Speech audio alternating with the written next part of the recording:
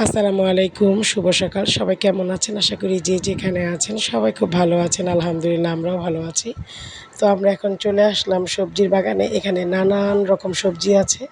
তো এইদিকে আছে ভেন্ডি, লাউ, চিচিঙ্গা, আর ওই পাশে আছে কলমি শাক, ডাঁটা শাক, পাট শাক, সব ধরনের সবজি এখানে অ্যাভেলেবেল। এত সুন্দর বাগান করেছে আমার তালই, এত সুন্দর মানে বলে বোঝানো যাবে না। তো সর্বপ্রথম আমরা ভেন্ডিগুলো নিয়ে নিচ্ছি, কিছু ভালো ভালো দেখে ভেন্ডি নেব। আমরা এগুলোকে ভাজি করব, আর ভাজি করার জন্য এখানে বেছে বেছে আমরা কচি যে ভেন্ডিগুলো আছে সেগুলোকে নিয়ে নিচ্ছি।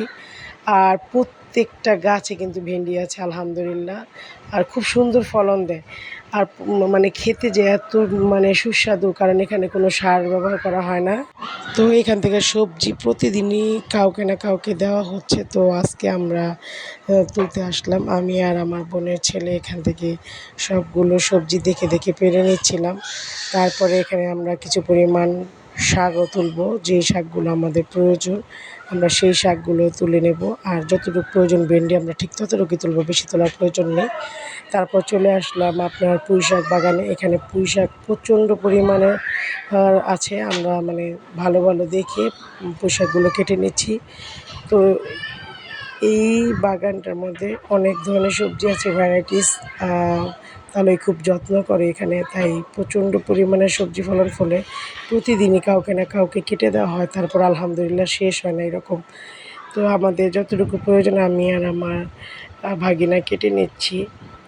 এই তো শাকগুলো কেটে কেটে ব্যাগে নিয়ে নিচ্ছি, আর প্রত্যেকটা শাক এত সুন্দর ফ্রেশ, আমার তো মানে কাটতে খুবই ভালো লাগতেছে।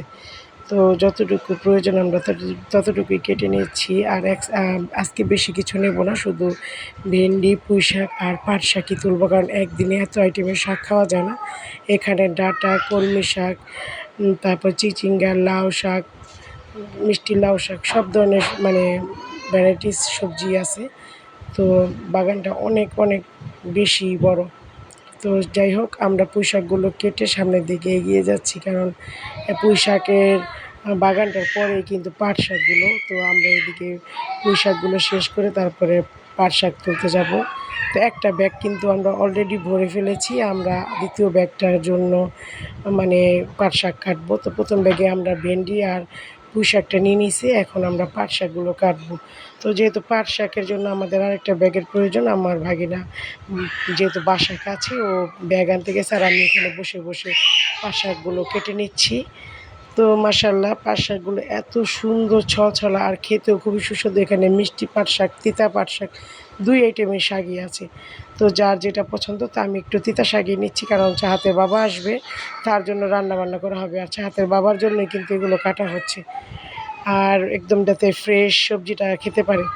তো একদিনে যেহেতু অনেক আইটেমের সবজি খাওয়া যাবে না, আমাদের যতটুকু প্রয়োজন আমরা ততটুকু কেটে এখন বাসায় ফিরে যাচ্ছি আলহামদুলিল্লাহ।